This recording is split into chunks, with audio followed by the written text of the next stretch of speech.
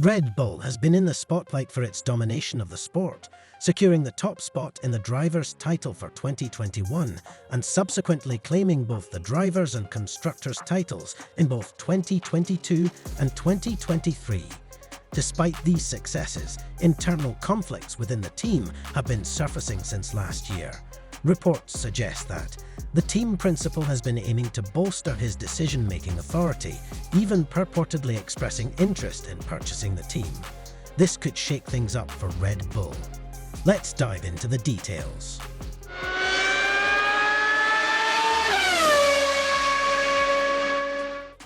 Red Bull Racing went from a struggling Jaguar-branded team to a dominating force, all thanks to billionaire energy drinks tycoon Dietrich Mateschitz. He rescued the team, kicked out the old boss, and brought in Christian Horner, the brains behind a successful GP2 team.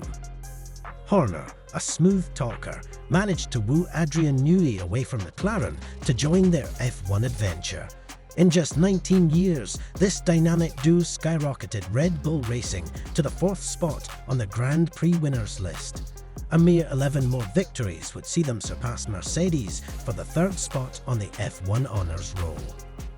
Unlike Toto Wolff, who secured a share in the empire he contributed to, Horner did not receive a similar opportunity. Nonetheless, he was generously compensated with an impressive £8 million annual remuneration package for his role in co-building the F1 dynasty. The passing of the Red Bull godfather, Dietrich Mateschitz, left uncertainty about the team's future leadership. Mateschitz's son Mark inherited a 49% stake in the energy drinks empire and the right to appoint certain board members. However, the controlling 51% interest remained with the family from Thailand, who have been silent partners since the brand's inception in 1984. The Thai owners, known for their privacy, rarely attended races and distanced themselves from F1 team decision-making, leaving Mateschitz as the face of the organization. With Mateschitz's passing, questions arose about the control and management of the F1 team. Mark Mateschitz's ascension to a board position, coupled with the appointment of his confidant Oliver Mintzlaff as the CEO of the group's sporting activities, sent ripples of concern through Christian Horner's mind. Horner, instrumental in shaping the organization from its inception, sensed a potential shift in leadership dynamics that could undermine his authority. Fearing for his position within the organization, Horner orchestrated a strategic maneuver aimed at reclaiming control of the team's politics and operations.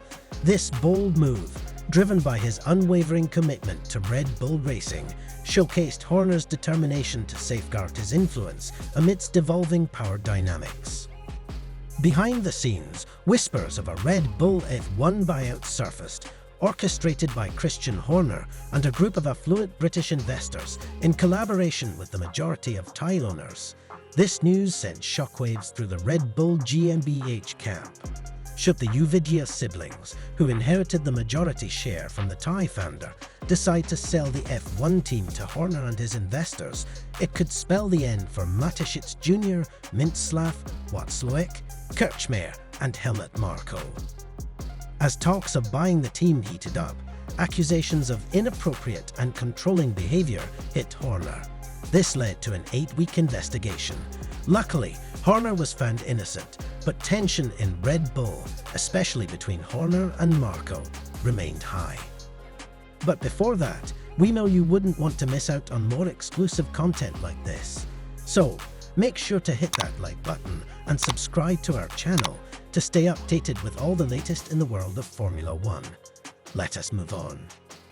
From an outsider's perspective, the relationship with Marko started to crumble in 2023. Sources say the Austrian felt increasingly sidelined without his close ally, Mateschitz.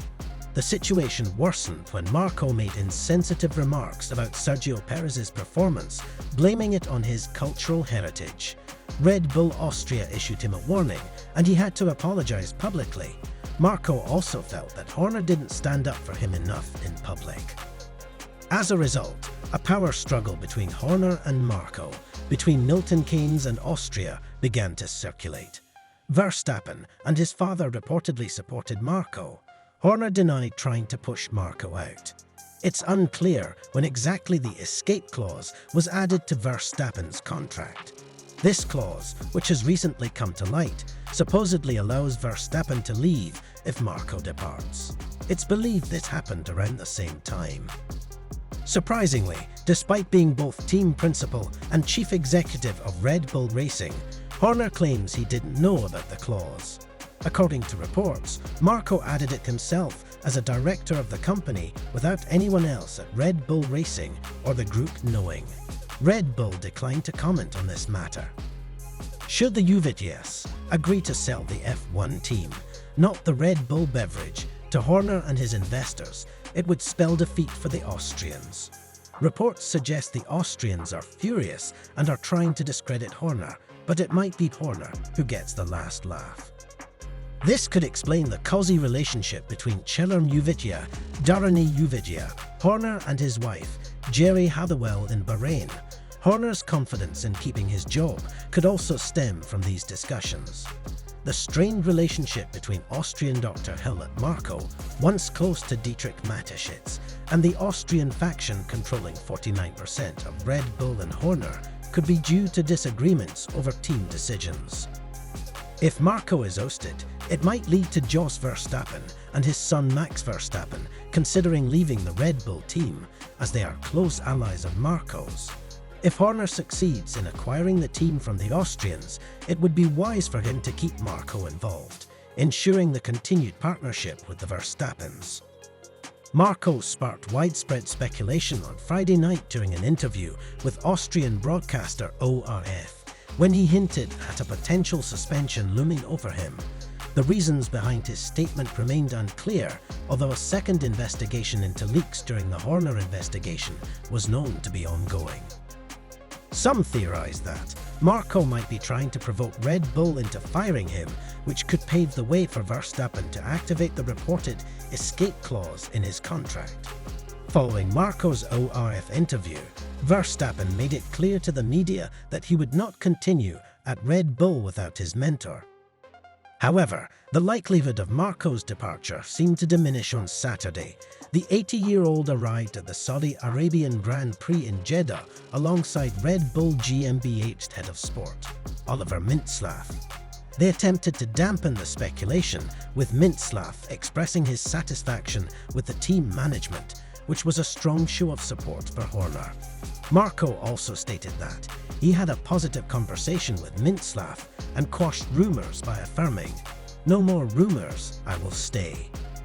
If Marko does leave and Verstappen tries to activate his escape clause, it remains uncertain whether he would depart immediately, with 20 races still remaining in the season, or wait until the end of 2024 or 2025.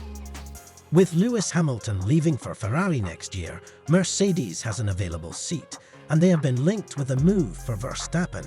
When asked about Verstappen potentially joining Mercedes, team principal Toto Wolff expressed his admiration, stating that he would love to have him, but emphasized the need to address their car's performance first. Wolff highlighted that the decision ultimately lies with Verstappen, and every team in the grid would welcome him with open arms. However, Red Bull declined to comment on the situation. There's speculation that the Austrians might have offered Jos, known for stirring controversy, a role in Red Bull Racing after Horner. This explains Jos' attempts to discredit Horner, though it's uncertain if he'll succeed. Behind the scenes, attention shifts to whether Horner has sealed the deal to buy Red Bull Racing. If he succeeds, he'll be hailed as a hero in headlines, a remarkable turnaround from just a week ago. Christian's journey from humble beginnings to possibly becoming a billionaire marks him as a major player in racing. What are your thoughts about Horner trying to buy Red Bull? Share your opinions in the comment section below. That will be all for today's video. Thanks for staying tuned. Please don't forget to hit the subscribe button and notification bell so that you can always watch more amazing videos like this. See you in the next video.